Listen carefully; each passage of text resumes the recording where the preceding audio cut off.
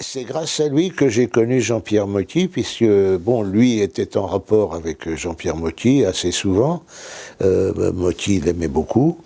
Et un beau jour, il m'a dit, mais tiens, il faudrait peut-être que je te présente à Jean-Pierre Mocky. Après tout, tu pourrais aussi tourner dans un de ses films, on ne sait jamais. Et je vais organiser un déjeuner. Et je me suis retrouvé, donc, un midi, au boulevard Raspail, car Mocky, à l'époque, avait un appartement au boulevard Raspail, à déjeuner avec Jean-Claude Romer, Véronique Nordet, la femme de Jean-Pierre Mocky à l'époque. Et nous avons devisé aimablement. Il a vu que j'avais un humour un peu spécial. Lui aussi, c'est le moins qu'on puisse dire. Et on s'est assez bien entendu. Il m'a dit, peut-être un de ces jours, on travaillera ensemble. Et effectivement, à quelques temps de là, il préparait La Grande Lessive, et dans laquelle j'ai fait mes débuts dans le cirque Mocky, comme je l'appelle. Moi, j'étais le patron d'un bistrot qui, comme bien entendu, la majorité des bistrots à Paris, enfin à l'époque en tout cas, étaient tenus par des Auvergnats.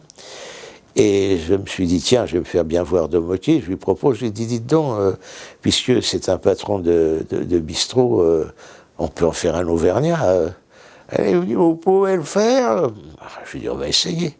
Et je prends mon plus bel accent foustra pour parler comme si j'étais là-bas, quoi. Alors on tourne la scène, on finit la scène, et j'avais à peine fini cette scène que la patronne du bistrot qui louait les lieux s'est précipitée vers moi en me disant « Bon alors c'est vrai, vous êtes chez nous, quoi ?»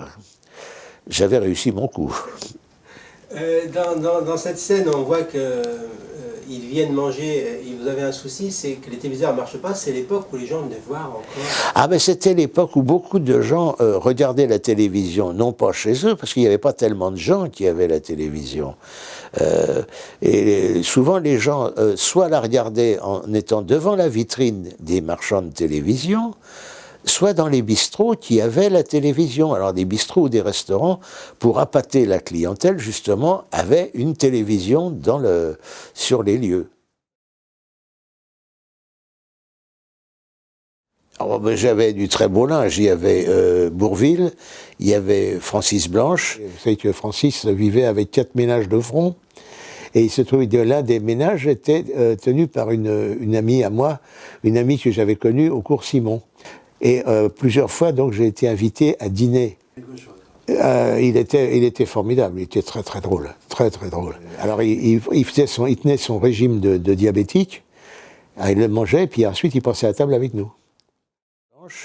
Il y avait Jean Tissier, l'inénarrable Jean Tissier, personnage extraordinaire, immense second rôle du cinéma français.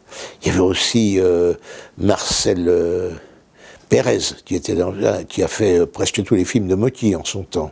Personnage extraordinaire. Le genre d'acteur qui vous disait « je vous le dis carrément ». Fallait oser quand même. Marcel Pérez, avec qui vous aviez joué dans... Ah, j'avais joué dans Richard III, c'est là où j'avais fait sa connaissance, et où j'ai des histoires de ce qu'on appelle des histoires de vieux cabots extraordinaires, parce que il avait joué dans des tournées chichois, ce qu'on appelait, enfin, dans des tournées de style comme il y en avait avant la guerre, enfin, dans ces trains perdus. Il avait joué en plus avec des personnages extraordinaires, et j'ai entendu des histoires avec Marcel Pérez, avec comment s'appelait-il, Pierre Larquet, Carrette, des histoires extraordinaires qui ont été arrivées sur des tournages, soit avec des gens qui n'étaient pas du tournage, soit sur le tournage lui-même. Certaines ne serait peut-être pas raisonnable que je les raconte ici. Dans Richard III, ce qui nous a fait Marcel Pérez, il jouait le geôlier, et à un moment...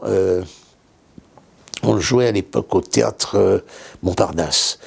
Et l'adaptation et la mise en scène étaient d'Anouilh.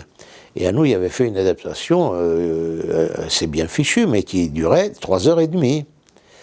Ce qui fait qu'on commençait le spectacle à 20h30 et non pas 21h, comme dans la majorité des spectacles à Paris à l'époque. Ce qui fait que régulièrement, il y avait des gens qui arrivaient en retard. Et un soir, particulièrement, pendant la scène du geôlier, qu'est-ce qui se passe? Des gens entrent dans le théâtre et passent, je ne sais pas s'ils s'installent au 8e rang, enfin, bref, ça fait un peu de bruit, il faut bien le dire, puis ça gêne un peu.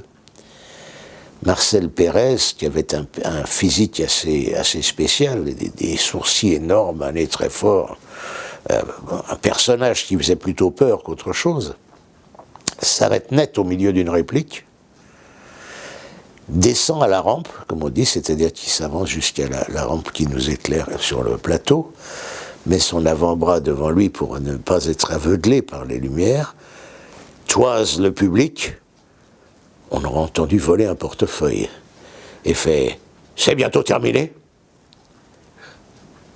Silence de mort. Bien, nous reprenons.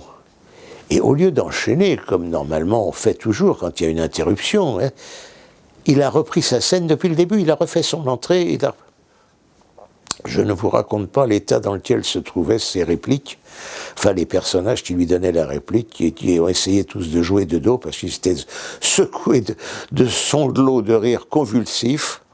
Il était aussi fou que dans les films de Motti. Ah, c'était un grand malade, oui, c'était un personnage extraordinaire. Moi j'ai des histoires avec lui qu'il nous racontait, c'était fabuleux.